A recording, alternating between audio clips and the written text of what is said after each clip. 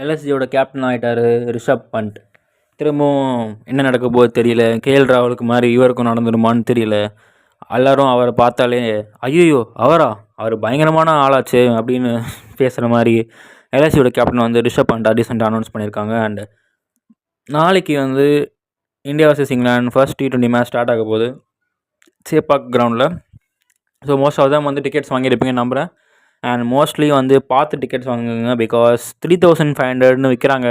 But எல்லாமே அவங்க வாங்குறது 1500க்கு வாங்கி 3500க்கு விற்கிறாங்க. ஸோ பார்த்து வாங்குங்க டிக்கெட்ஸை. அண்ட் நீங்கள் ஆன்லைனில் வாங்கலாம், இல்லை உங்கள் ஃப்ரெண்ட்ஸ் மூலியமாக கூட வாங்கலாம். பட் சீப்பான ரேட்டுக்கு வாங்குறதா நினச்சிட்டு நிறையா காசை செலவு பண்ணிடாதீங்க காய்ஸ், கேர்ஃபுல்லாக இருங்க. அண்ட் நாளைக்கு மேட்ச்சில் யார் ஜெயிக்க போகிறாங்க அப்படின்னு உங்களோட ப்ரெடிக்ஷன்ஸ் நீங்கள் கமெண்ட் பண்ணுங்கள். அண்ட் சேப்பாக்கில் எப்போவுமே ஃபர்ஸ்ட் இன்னிங்ஸ் பேட்டிங் ஸ்கோர், ஆவரேஜான ஃபர்ஸ்ட் இன்னிங்ஸ் பேட்டிங் ஸ்கோர் பார்த்தா 174 இருக்குது. 174 ஒரு நல்ல ஸ்கோர் தான். பட் எந்த மாதிரி இந்தியன் டீம் ஆட போகிறாங்கன்றதை பொறுத்து இருக்குது. பட் நாளைக்கு ஸ்பின்னர்ஸ் கண்டிப்பாக ஒரு டாக்டிக்கலான ஒரு விஷயமா இருக்க போகுது. ஸ்பின்னர்ஸோட ரோல் எப்படி இருக்க போகுதுன்னு தெரியல. பிகாஸ் இந்தியாவுக்கு வந்து ரவி பிஷ்னாய், வாஷிங்டன் சுந்தர், வருண் சக்கரவர்த்தி, நல்ல ஸ்பின்னர்ஸ் இருக்காங்க. வருண் சக்கரவர்த்தி அவரோட ஹோம் கிரவுண்ட் இது, அவரால் பயங்கரமாக போட முடியும். கண்டிப்பாக டேர்ன் இருக்கும் ஃபஸ்ட் இன்னிங்ஸில். டியூ இல்லை அப்படின்னா செகண்ட் இன்னிங்ஸில் கண்டிப்பாக டேர்ன் விக்கெட்ஸ் எடுக்க முடியும்.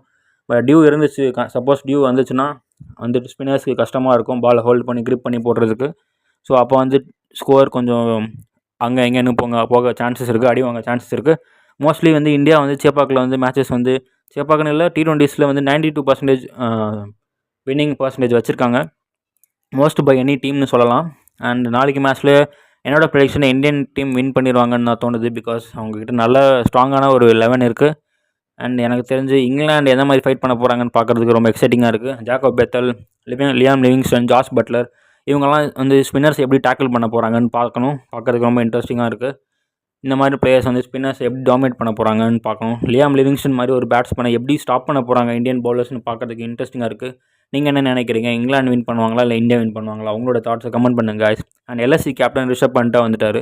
ஸோ அவர் இப்படி ரிலேட் பண்ணி இந்த டீமை வின் பண்ண வைக்க முடியும் நீங்கள் நம்புறீங்களா? நீங்கள் என்ன நினைக்கிறீங்கன்னு கமெண்ட் பண்ணுங்கள். அண்ட் எல்எஸ்சிக்கு இதை விட்ட வேறு ஆப்ஷன்ஸ் ரிஷப் பண்ட்டை வந்து அவ்வளோ கோடி கொடுத்து எடுத்துருக்கனால ரிஷப் பண்ட்டை கேப்டனாக போட்டிருக்காங்க. அவர் சிரிச்சுக்கிட்டே இருக்கார் ஃபோட்டோவில். பட் என்ன நடக்கப்போ தெரியல. ஏதாச்சும் ஒரு மேட்ச் ஃபெயில் ஆனாலே பின்னாடி வந்து கத்த ஆரம்பிச்சிட்டாருனா திரும்பவும் ரிஷப் பண்ட்டுக்கே தோணும், ஐயோ இந்த தேவையில்லாமல் இந்த டீமுக்கு வந்து நம்ம மாட்டிக்கிட்டோமோ அப்படின்னு அவருக்கே தோணத்துக்கு கூட சான்சஸ் இருக்குது நிறையா. பார்ப்போம் என்ன நடக்குதுன்ட்டு. நாளைக்கு மேட்ச்சில் வந்து கண்டிப்பாக யார் வின் பண்ணுவாங்கன்னு தெரில. ஒரு க்ளோஸ் மேட்சாக இருந்தால் நல்லாயிருக்கும் பார்க்குறதுக்கு. பிகாஸ் ஒரு T20 மேட்ச் பார்த்து ரொம்ப நாள் ஆச்சு. பார்ப்போம் என்ன நடக்குதுன்னு.